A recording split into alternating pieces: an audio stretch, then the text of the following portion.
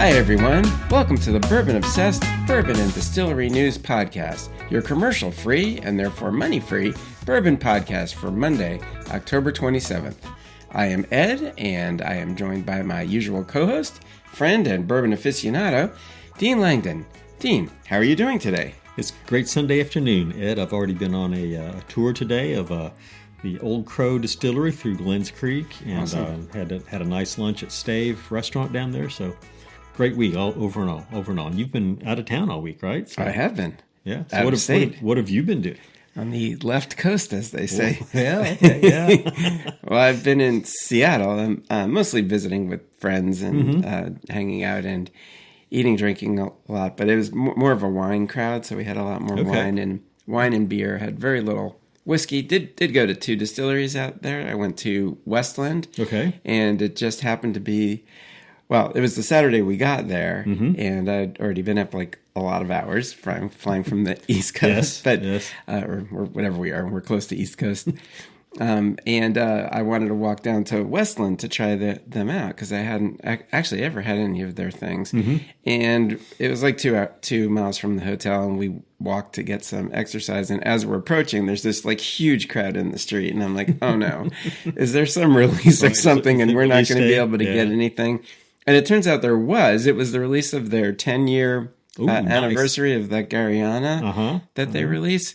And but we could go in. So we go in. We got 4 drink tickets each for samples and a welcome taste, and got to try. Unfortunately, I never got to try the regular stuff. I got to try the 10-year Gariana. Stuff. And then there were 2 other versions of that were there. And then there was another beer finished one, all of which were very good. Yes. But now I still have to go back someday and try the regular. Well, that's great, though. Yeah. Yeah. So that actually turned out really well. And then we went to another smaller distillery down by the waterfront pier ferry terminal area called Copperworks Distilling. I've heard of that. And yes. Yeah. They make all single malts, and I got the regular flight and then the flight of the more limited things. So we got to try 8, and I brought 2 of my friends were with me on that. And they had some really good things. Our favorites were this one called Peat Smith, which is their one made with peat, but it's peat that's harvested from the Olympic Peninsula. Oh, wow. That they use. So that was very cool. And I mean, I really liked everything that they had there, actually. But that was one of our standout favorites. And then there was one of their single barrels that we really loved. But and unfortunately, as I was telling you before the show, the 20% tax on spirits made it so that I didn't buy a bottle because I just could not bring myself to pay the 20% tax, even though I was going to get them, minus the cost of what I had paid for my taster sets. But sure. Yeah, 20% tax, man. So I wonder. I mean, I think you can get Copperworks online, and I know you can get Westland online from various places. I wonder if that lets you avoid that 20%. I assume that's a state sales tax. Yeah. So it probably is cheaper because even with the shipping, and even if you paid Kentucky tax, it would be less than 20%. Yeah. By the time you get 2 bottles or more, you're probably breaking even on that. So that's but that's sort of ironic that you go somewhere and have to buy it from elsewhere. Right. I know. Yeah. That doesn't help the... but does everybody, like the locals, have to do that also? Are they no, I think they have to pay it, but I don't think Washington State doesn't have state tax or something, so it makes up for it. I mean, if you're not paying income tax, then I think I'd probably be happy. I don't know. I do buy a lot of whiskey. I guess it could be the same amount, but still, I know it'd be more of a choice. Yes, that's right. All right. Well, that sounds like a lot of fun. Those sound like 2 great distilleries. So, yeah, it was great, and we had a good time overall. I mean, they're really good restaurants in Seattle. We had a great time. Did you get to go up in the Space Needle? I do not go into heights, but I've done that. I have done that before. I sort of had to. I was invited to dinner with other friends, and I'm not going to stay on the ground and not go up. That's not really my cup of tea. Your thing is, because it's. I enjoy that. I remember doing that several years ago. But I was underneath it because we went to the Chihuly Museum. Yes, which is right directly next door. Which is ironic as well, since I just went to the Chihuly exhibit at Makers. Yeah, some of the friends I went on a tour with Saturday at Bardstown Bourbon Company had been to Maker's Mark the day before to see the Chihuly exhibit, and so it's and bourbon is a good mix. So. No, it's really nice. But both of very different exhibits between the two. Mm-hmm. I mean, much more ornate at least in the actual museum, because I don't have to move them around. Right. But very nice. And both the Maker's one's beautiful. If anybody hasn't been, definitely worth checking out. I think it's still December 7th. That sounds right. Yeah. And I actually haven't been yet. I need to get there to see that. I need to take my beloved out there and tour, because we went the last time he had it. Right, moving on. Okay. So we have a little follow-up. So the Smoke Eye Hill, remember we discussed? Yes. So for those that may have missed the episode, it says it's a straight rye whiskey on the label, but then reading the description of it, they mention that their rye spends 5 years aging as usual, which is fine, but then it was blended with some of their flagship bourbon before bottling. And of course, you can't be a straight rye if you have bourbon blended. And so I asked for clarification, and they said it is indeed a blended rye. So, okay. I mean, I don't know if the labels we saw were the pre-release ones, or there's going to need to be a correction on the next release. TTB is still shut down, right? As part of the government shutdown. So sell through. Yeah, right? sell through while quickly. You can. So anyway, we have good clarification. So, yes. I mean, that doesn't change how it's going to taste or whether you're going to like it or not, but it's not a true straight rye. It's a blended rye whiskey, right? Yes. That's probably what we would call it. Yeah. All right, so our first news story is Sazerac, the producer of brands such as Pappy, Blanton's, Fireball, and Buffalo Trace, plans to invest approximately $1.02 billion in a new barrel-aging campus in Campbellsville, Kentucky. The project has been approved for up to $2.75 million in state tax incentives and is expected to create about 50 jobs at an average hourly wage of $33.80, including benefits. The investment follows Sazerac's recent $1.2 billion expansion at Buffalo Trace Distillery and continued growth in Laurel County. The company is also planning a $38 million expansion at its Northwest Ordnance Distilling facility in New Albany, Indiana, which will increase production capacity for its U.S. distilled spirits portfolio. And one of the things they do there is bottle and blend the Fireball. Mm-hmm.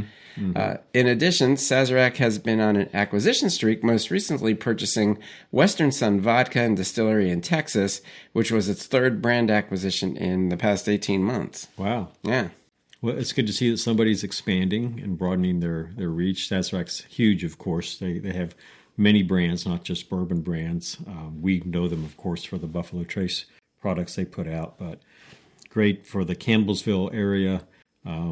That's a pretty big development to establish all those rig houses. They're not really employment heavy, but constructing them, building them, that seems to me to go hand in hand with their expanded production capacity in Frankfurt, right? I don't know if curious whether they're going to barrel things there or whether they'll barrel them and ship them. Just the logistics of how they'll work that out, but that should provide a lot more storage space for all the new bourbon they're making and other spirits too. Well, it sounded to me like they were doing more than just storing barrels there, because they wouldn't need 50 people if that was all they were doing. So I don't know. Yeah, so you're right. There could be a bottling facility there, or a barrel dumping, whatever, blending, or something. Mm-hmm. Yeah, but so I don't know, for people that are talking about a bourbon slowdown, Sazerac is just going forward. I mean, finishing that gigantic expansion at Buffalo Trace, and then adding on all of these other things. They're just continuing to grow. Dealing with flood damage at Buffalo Trace too. So that wasn't free just to remediate all of that. So bourbon's alive and well. There you go. All right. So this is a sort of a follow-up to prior stories that we've had. So Westward Whiskey, we had talked about a while back. So they've announced that the U.S. Bankruptcy Court for the District of Delaware approved the sale of most of Westward's assets to a group of private investors who financed the company during its bankruptcy process. The transaction, expected to close by November 3rd, will return the Oregon-based distillery to 100% independent ownership. CEO Thomas Mooney will remain in his role as the company moves forward following its Chapter 11 restructuring. Westward reported 53% sales growth through September 2025 compared to the same period last year and expects continued momentum into the holiday season. One of the lead investors, Luis Fernando Leal of Aqua Ardens, was among the brand's original backers and has served on its board of directors since 2011. So it sort of sounds like it's staying in the family. I think so, yeah. And since you were just there, I expect their year-over-year sales next year to be like up 60% because you no doubt had... Well, I wasn't in Portland. So I looked at the... I would like to go there. I looked at the order, the bankruptcy court order that approved this sale. It was entered back on the 1st of October.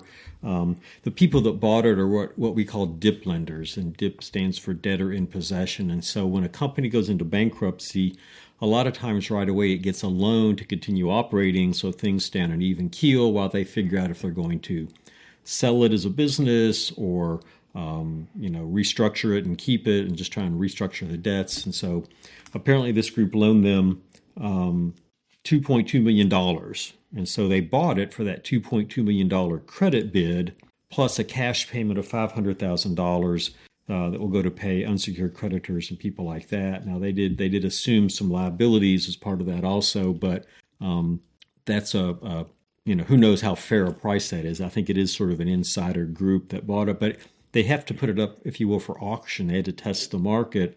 So the fact that nobody's willing to pay more than, let's call it $3 million tells you something about where things are. So I think that's a great result for them. That, it should be a seamless transition, we hope, and they just keep on making good whiskey and doing good things. So. Yeah, I mean, it sounds like it's not going to really affect their day-to-day. It's really just affecting the ownership. And I guess we don't know exactly what the ownership was before then. It sounds like some of the same people were involved. Right. I mean, the CEO is going to stay, and we assume he had an equity stake, and I suspect he may still keep an equity stake. And I don't know if anybody's really being harmed economically by this. Certainly some of the creditors won't be paid in full, but they're going to get paid something, and that's better than what often happens in bankruptcy. So yeah, a good result. Yeah. No. Well, we really like their whiskey, so we're certainly happy to hopefully try some more. All right, next, MB Roland Distillery has opened a new tasting room, Cave du Bourbon, located in downtown Cave City, Kentucky, near exit 53 off I-65 and just minutes from Mammoth Cave National Park. Designed with a French Quarter theme in honor of co-founder Paul's Louisiana roots, which I guess I didn't know he was from Louisiana till right now. The new location offers MB Roland's full lineup of spirits, exclusive Cave City branded merchandise, and a selection of Cajun seasonings and sauces.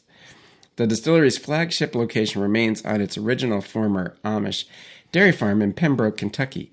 Visitors can find the new tasting room at 109 Broadway Street beside Dueling Grounds Distillery, which recently opened theirs as well, making it easy to park once and sip twice.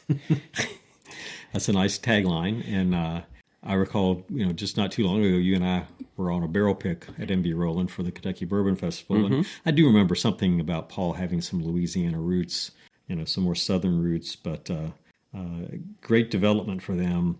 The more places where people can actually taste your bourbon in a public setting, I think the better off a brand's going to be. You can only have, bottle sales are limited. You want to have robust bottle sales, but if you can sell it by the drink someplace and expose people to it who then may be just as likely to buy a bottle at the tasting room, right? That's all good stuff for them.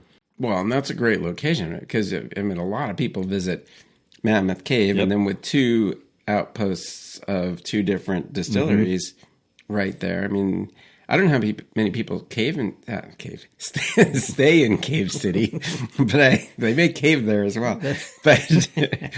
But I assume they do in the areas. So having these tasting rooms open there certainly gives visitors something to do. And I suspect they should do very well for sales, you would think. Right, and it's just up the road from like the Corvette Museum outside of Bowling Green. It's not that far from Bowling Green, and so there's a lot of attractions around there.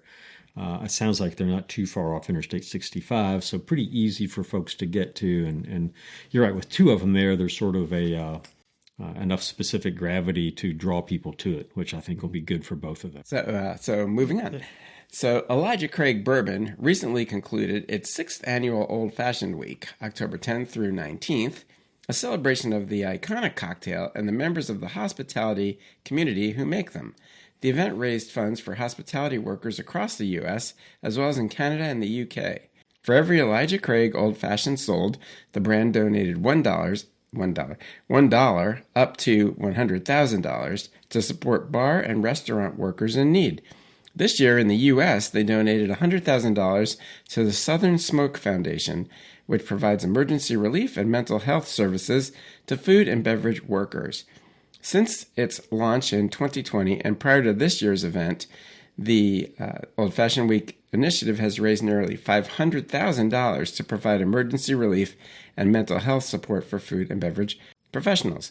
In addition, Elijah Craig and VinePair are also hosting the ongoing New Era of the Old Fashioned Cocktail Contest, offering bartenders a chance to win a $15,000 grand prize and publication in the upcoming Old Fashioned Week Cocktail Companion, Volume 3. The contests can be entered up to November 1st, so that's what, Friday? Right. So Saturday. Next Saturday. Yeah. So if you're interested and you want to enter, do that, and you can do that at oldfashionedweek.com. You can find the link. Well, I like this story because it's another example of the bourbon industry giving back to the community, a national community here, probably, several countries actually, not just America, but, yeah. Elijah Craig is donating funds to a charity that's going to help out hospitality workers when they need some help. And hospitality workers are greatly undervalued in our society. I think there's nothing quite like having the right person help you with food and beverage choices and just making your experience. They can ruin it or they can make it wonderful for you, And so there's really an art to, I think, doing that well. And I'm glad to see that the bourbon industry is, again, supporting those folks when they need a little bit of help from time to time. Yeah, absolutely. All right, so our next is another from another Heaven Hill brand. Evan Williams Bourbon, the world's second largest selling bourbon, has unveiled its new Where Bourbon Begins campaign, celebrating Kentucky's first distiller and the craftsmanship behind authentic American whiskey. The national campaign highlights the people who make Evan Williams and the shared moments that bring bourbon culture to life, from the rickhouse to the tailgate. The new 30-second spot, developed with creative agency Method One, will air nationally across broadcast, streaming, and digital platforms throughout the 2025 football and basketball seasons. As part of the campaign, Evan Williams continues to expand Bourbon Nation, which we've talked about. Mm-hmm. Its multi-year partnership with Learfield, uniting college fans through game day traditions. The brand serves as a proud partner and official bourbon or bourbon sponsor of major college programs, including Alabama, Florida, TCU, Syracuse, Ohio State, Oklahoma, Oregon, and South Carolina. Yeah, I remember we discussed that Kentucky was conspicuously absent yes. from the list. It's a Kentucky bourbon. I wonder what that is. Right. But anyway, Bourbon Nation activations include branded stadium bars, tailgate events, and in-store promotions celebrating responsible enjoyment and bourbon heritage. And you can go on the website for this, and they've actually got a cocktail for each college that they support. And, it's keyed to, their perception, I guess, of that college, and may have ingredients that, may focus on that college somehow. But there's also a sweepstakes they're having. You can enter a chance to get tickets to the championship bowl game, the college bowl game in Miami next year. So if you're interested in that kind of stuff, there's some additional reasons to go check out the Evan Williams Bourbon Nation and their phrase, "Where Bourbon Begins." I think that's a pretty good catchphrase. So. Mm-hmm. Yeah, and did you watch the little commercial? That's the one thing I did not do, is watch the commercial. So I hope well, you it's did. A little feel-good kind of thing. Mm-hmm. You have everybody smiling and working happily in the warehouses, and then at the end of the day, I shouldn't ruin it for everybody, although it's right. It's a 30-second commercial. It's a feel-good commercial. Yes, there you go. So you'll have to watch it to see the end. I don't want to ruin the suspense. and it's going to be airing for months, so you undoubtedly will see it. If you watch college sports enough, you shouldn't have any problems finding it. Or you can just get it online as well. Right. All right, our next story is the American Craft Spirits Association and the California Distillers Association have announced the passage of AB 1246, a landmark direct-to-consumer shipping bill for craft distillers. Taking effect on January 1, 2026, the legislation extends temporary shipping allowances for in-state distillers and, for the first time, allows out-of-state craft distillers to ship directly into California. The bill also doubles the per-person daily sales limit from 2.25 liters to 4.5 liters and establishes new licensing and reporting requirements.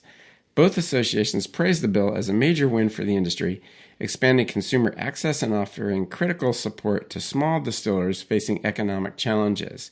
The ACSA and CDA are now working with the California Alcoholic Beverage Control to finalize implementation details. And it sounded like they're having some issues with that, but... Well, I was going to say the devil's always in the details, right? Yes. And getting this worked out is going to be critical. And it sounds like it's almost like a year pilot project. So I think they just authorized it for a year. But I think this is great because direct-to-consumer is another way to help preserve the industry and grow the industry. California is a huge market.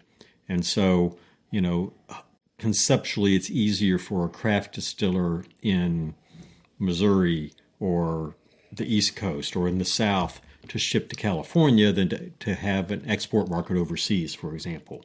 And so I think that's a great development. Hopefully they're sort of leading the way on that. And if it works well there, maybe some other states will.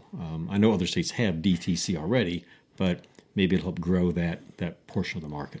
Yeah, I mean, we know that the big impediment to these developing is the 3-tier system. And for those that don't know what that is, so you have obviously the distilleries on one side and us, the consumers, on the other side. But in the middle, you have the wholesalers and the distributors.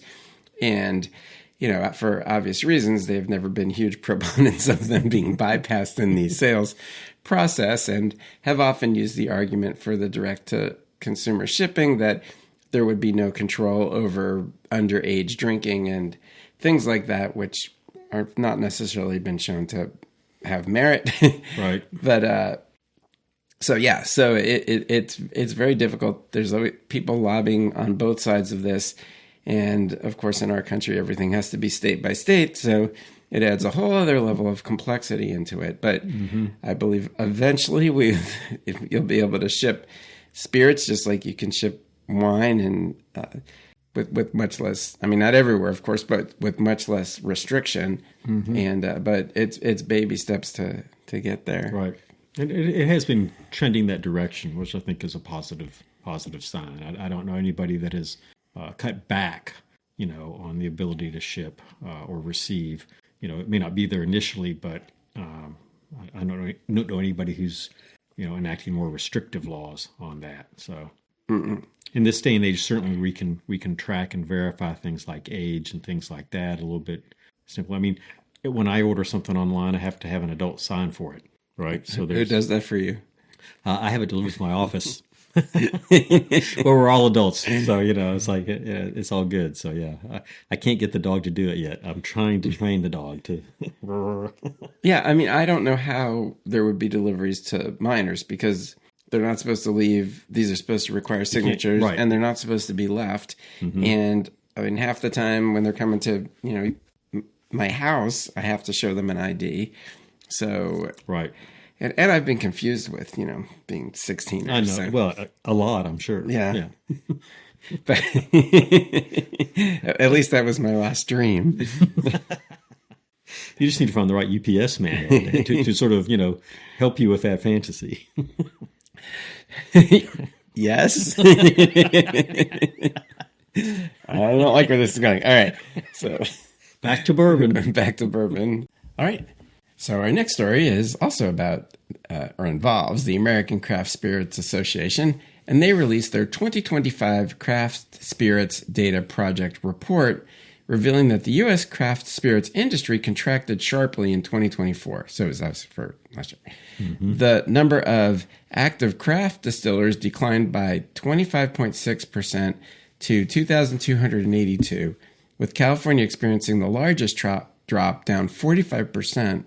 Retail sales fell to 12.7 million 9-liter cases, a 6.1% decrease, and $7.6 billion in value, which is a 3.3% decline. craft spirits maintained a 4.5% share of U.S. spirits volume and 7.5% of total value. Large craft producers shifted resources to focus on sales in their respective home states as well as exports. Medium-sized craft producers do the majority of business in the home state. Small craft producers focus primarily on increasing home state sales, with this channel getting shares of sales accordingly. Exports dropped 20.7% to 142,000 cases, while total investment fell to $811 million, and employment dipped slightly to 28,628 workers. Despite the downturn, ACSA noted ongoing reinvestment among producers, with sales nearly evenly split between home state markets, 48.5%, and other states.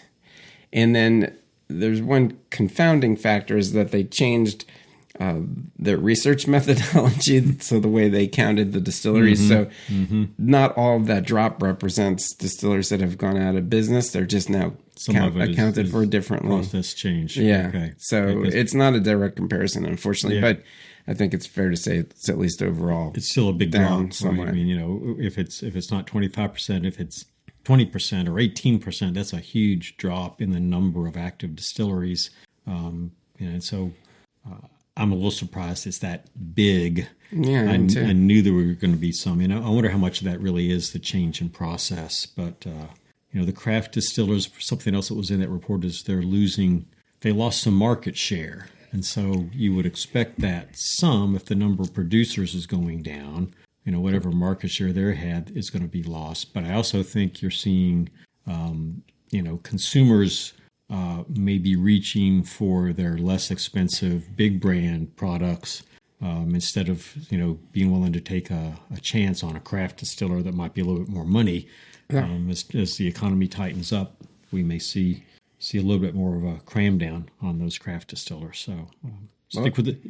Get the tasting rooms out there, guys. Bring the consumers in. Right, and it looks like that's what they're doing. And that's what I found was interesting. That we always say, although my wife tells me I am not the bourbon sales guru, but we do read all the news, so we do know what's going on. And I always feel that the secret to success for the most part is to win over your own backyard, and it sounds like that's where this is moving. I mean, if you read large is, I don't know exactly how big large is, but the large is focusing on their home states as well as exports, and then the other medium and small are mainly focusing on local sales. So we've talked about this before. It's very difficult if you're a smaller scale to compete with the larger distilleries. Yeah, you're not going to be able to. Certainly not on price. Or getting into the market. You have to get there. You have to probably go to all the stores. You have to do the tastings, or you have to hire people to.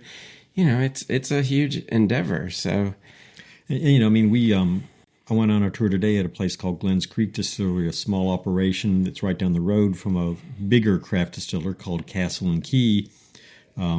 We got done a little bit early, and the group I was with said, "Hey, let's stop at Castle and Key, go to the gift shop. Maybe we'll buy something." And sure enough, they had at least one bottle sell to the group, and so it's that kind of local and or regional growth and maintaining that customer base is going to help these folks survive.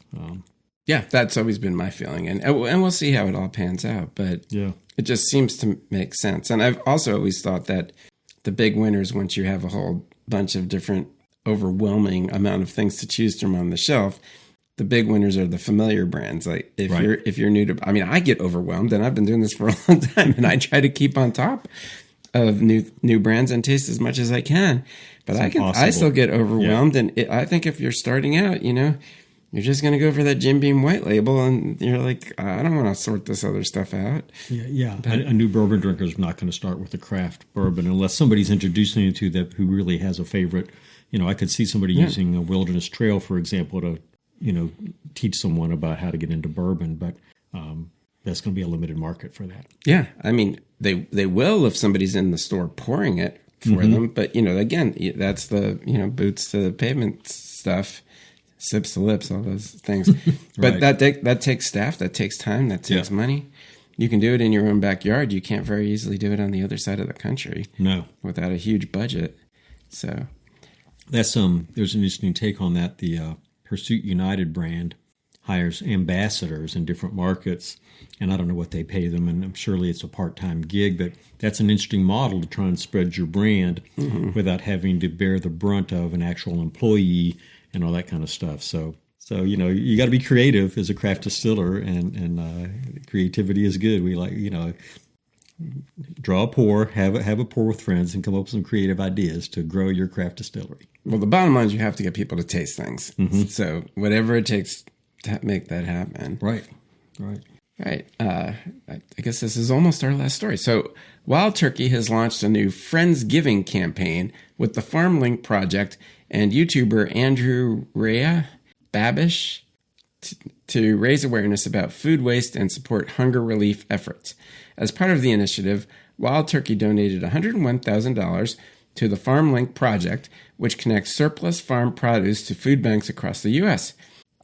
The campaign also includes a Friendsgiving sweepstakes, giving 4 groups of friends the chance to win a private dinner in New York City hosted by Rea. Is that how you pronounce it? Do you know? I'm not sure. Andrew Ray. Not sure. Babish. I can say Babish. Yes, you can. Hopefully correctly. With cocktails crafted from Wild Turkey 101. Learn more about the sweepstakes at iHeartRadio.com/Wild Turkey. So, the only reason I'm talking about these campaigns is because everyone we've talked about has a charity component. Right. Otherwise, we're not just promoting. No, and we don't need Wild Turkey does not need our promotion. Sad to say, they're doing fine. But a neat idea. I like Friendsgiving. That's we didn't have Friendsgiving when I was a younger person, but I go to some now, and they're fun. And again, it's helping deal with surplus food and keep it from being wasted, which is a good thing.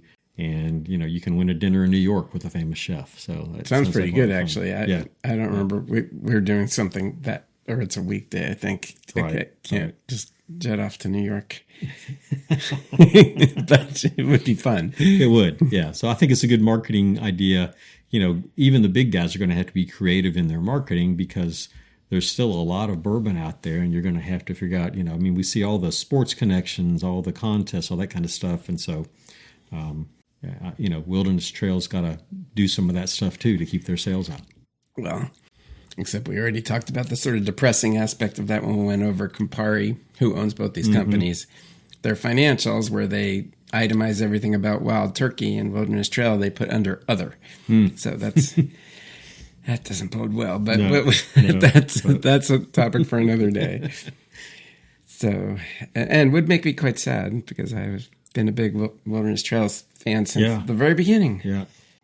Anyway, all right. So moving on, the 2025 New York World Spirits Competition, part of the Tasting Alliance's global series of judging events, has announced the top bourbons in several major categories.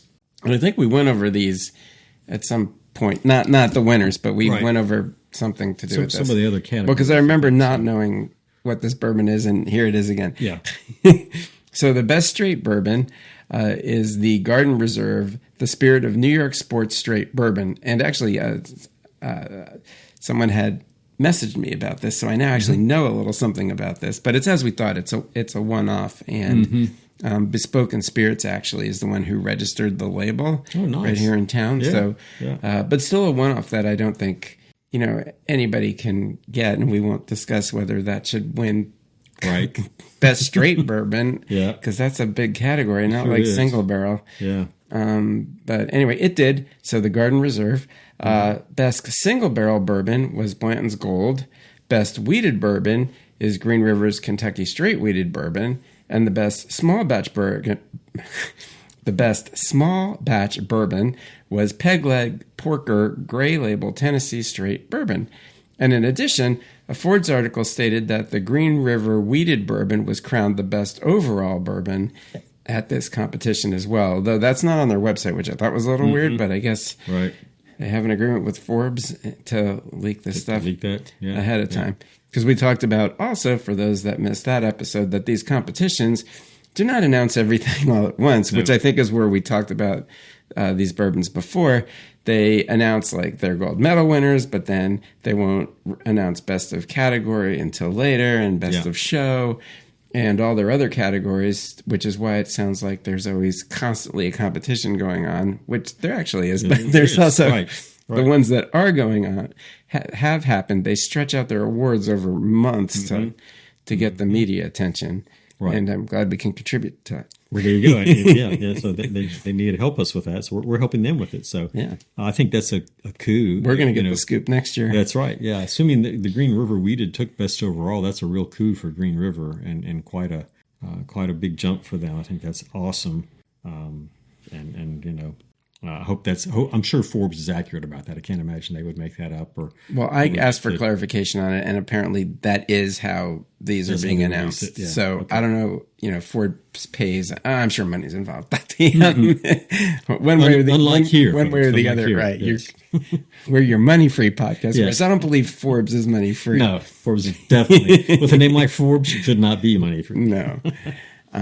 So yes. And the other thing Green River does is it gives us the perfect segue into what we're drinking here. It does. Yes. So this is, one of the latest ones from Wheel Horse. We had talked about it on one of our new releases podcasts. What we're drinking here is Wheel Horse bourbon whiskey finished in Baltic Porter beer barrels.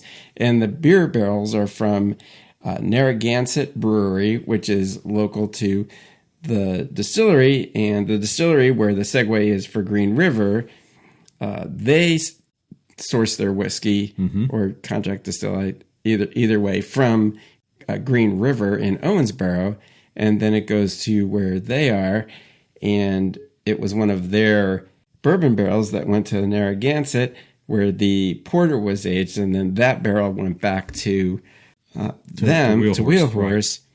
To finish this bourbon. So, yeah. So what do you think? I like it. I like, again, I'm always hesitant on finished bourbons, finished whiskeys, but I like the way this has worked out with the porter. It gives it a nice, obviously a maltiness, but I get a little bit of licorice. I got a little bit of toasted marshmallow on the nose. It's a nice blend. It's not overpowering. The porter doesn't take over the bourbon notes at all. It complements it, and that's what you would want it to do. Yeah. No, I mean, there is a lot of that sort of darker toasted grain character to it. The more you drink it, the more you notice it. I think it's probably most noticeable in the finish. In the nose, I get some fruit with some cherries, and I do get a little of the grain and a little bit of a hot cinnamon. And I can see that toasted caramel in there. I think that's a combination sort of the flavors I just said. The toasted. Right. And my nose is not great to begin with. But, I mean, the finish continues to grow longer for me. And it gets, again, I'm getting some licorice on that finish and just nice length on it. It's sweet, but it also has a dry component to it, which I think comes from the beer aspect of it. So I like it. Very, very, very good overall. Yeah, I think the taste is fairly sweet at first with like some sweeter caramel and simple syrup. But then it's got some of that hot cinnamon in there. I mean, it is a 4-year calm still, so you're going to expect some of that. And then that hot cinnamon, I think, grows into the finish for me. And then I get that toasted malt standing out towards the end, and it lingers for quite a while. What was the proof? There's been like 101. 101 proof, I believe, right? So is this one. Yeah. So very nice proof. Very well, apparently drinkable because I'm done. On the back it says "Hi neighbor," so that's nice too. Yeah. So everybody likes a friendly bourbon. It does. Yeah. All right. So moving on, we've got 2 more sort of quick things. So both of these stories came out after my newsletter. So Castle & Key Distillery has announced the appointment of Sherrie Moore as plant manager. Moore began her whiskey-making career in 1975 at Jack Daniel's Distillery, where she spent 3 decades in leadership roles, including plant manager, director of production, and assistant vice president. Known for her passion for barrels and maturation, Moore has led numerous innovations in yield optimization, maturation, and process improvements still used in the industry today. So Sherrie's breadth and depth of experience is unmatched, said Will Arvin, co-founder of Castle & Key. Her attention to detail, coupled with her passion for whiskey, make her an ideal leader as we expand our operations and elevate our production standards. Moore said she is thrilled to bring her expertise, or experience, and passion to Castle & Key as we continue building on the Kentucky distilling legacy. And I mean, she was sort of behind the scenes at Jack Daniel's, but hugely important. So this sounds like a real coup for Castle and Key to be able to bring her on board and should really, upgrade, enhance their distilling process, which seems to be fine anyway. I mean, they make good bourbons, but she can probably help. I mean, they do some contract distilling. I bet she'll be able to help with things like efficiency well, that's what I was thinking. I mean, we don't know this, but it makes it sound like they're gearing up. But I mean, bringing somebody like this on is not something you do if you're downsizing, right? Right. So I guess we'll see more. Actually, having dinner with Sherrie on Tuesday, so we'll cool. Follow up on the next episode. We're friends, so it's not going to nitpick her for little details. Maybe try to get a little bit of some story. You'll hear it here first. Yes. And then last is this one is obviously going to be a big topic of discussion. Four Roses, we understand, is going to be on the up for sale. Like Kieran is ready to move on, and we've seen this with these bigger corporations and other things that we've talked about. They're narrowing their focus to whatever they want their core to be, and they're seeming to be doing this at the expense of the American whiskey brands that they've picked up over the last 10 to 20 years or so. So it's going to happen again, and we've talked about on Bourbon Pursuit, but Fred Minnick has predicted for, as far as I can remember, that Four Roses would be sold this year when they're making their yearly predictions, and he's finally going to be right. Right. Yeah. So that's a pretty big... That is, and I mean, the story I saw certainly didn't make me think this was a definitive thing. I mean, there's not a buyer that's been identified or anything like that. I understand the asking price is $1 billion. You think it'll go for that? I guess is another. Well, I mean, we'll see. But we'll see. I mean, it's a well-known brand, but this is not a. Things are devalued at the moment. They are. That's right. So, apparently the parent company also works in pharmaceuticals and healthcare, and they've chosen to go that direction as opposed to the spirits direction. So I always knew them for beer. I mean, Kirin beer here in Ichibana, right? Yeah. So I don't know if they're going to try and divest from that also or not. But I would. I mean, isn't that their core? I think that. But I don't know. They also make pharmaceuticals, as I understand it. So time will tell. We'll see where they go. The media seems to be heightened to this story about Four Roses anyway. Of course, as they should be. So, but I'm sure we'll be getting many more articles about this. Until somebody makes an offer and you hear about it, that way, then it's just a rumor, right? I mean, just the fact that it's for sale doesn't mean anybody's going to buy it. So no, but it will be. It's going to be very interesting to see how this pans out. Yeah. I mean, what changes would a new owner make? What would they leave the same? All those things, start running through your mind when some of this topic comes up. So yeah, I mean, and will we get the ones that are sold in Japan over here? Comes up in my mind. Are they sitting on a bunch of dusties they'll let loose of, right? Sure they are. All right, well, time will tell. Alrighty, so I guess that about does it for this episode. I hope you have enjoyed this edition of the Bourbon Obsessed Bourbon and Distillery News Podcast, your commercial-free and therefore money-free bourbon podcast. Please be sure to join us next Monday for our new Bourbon Releases News Podcast. Things are winding down a bit, but I'm sure we're still going to have quite a few to talk about. Also, be sure to like and follow us at your preferred podcast provider so that you don't miss an episode. And don't forget to tell all your friends too. You can also head over to bourbonobsessed.com to check out some of our over 350 bourbon reviews and over 50 distillery write-ups. While you are there, you can also sign up to have my newsletters delivered directly to your inbox. Finally, I can be found on Instagram at bourbon_obsessed and on Facebook at Bourbon Obsessed, and would love for you to follow me there as well. Dean, where can they find you? People will find me on Instagram at Dean of Bourbon, and actually there's a post there this week about a Maker's Mark private select bottle that was selected to honor Stephen Rolfe Powell, who was a glass instructor and artist at Center College. And so you can see some pictures of some of his work and this Maker's Mark private select bottle. That happened a year ago. It's not news. new news, but I saw that. It is now. It is now. So, and there'll be some posts this week about some Dusties I was fortunate to try this past week, and the tour I took just this afternoon at Old Crow Distillery, which is an abandoned but very historical place. And so look for some photos and some commentary about that. All right, sounds good. Okay, everybody, we'll see you next time. Cheers. Cheers.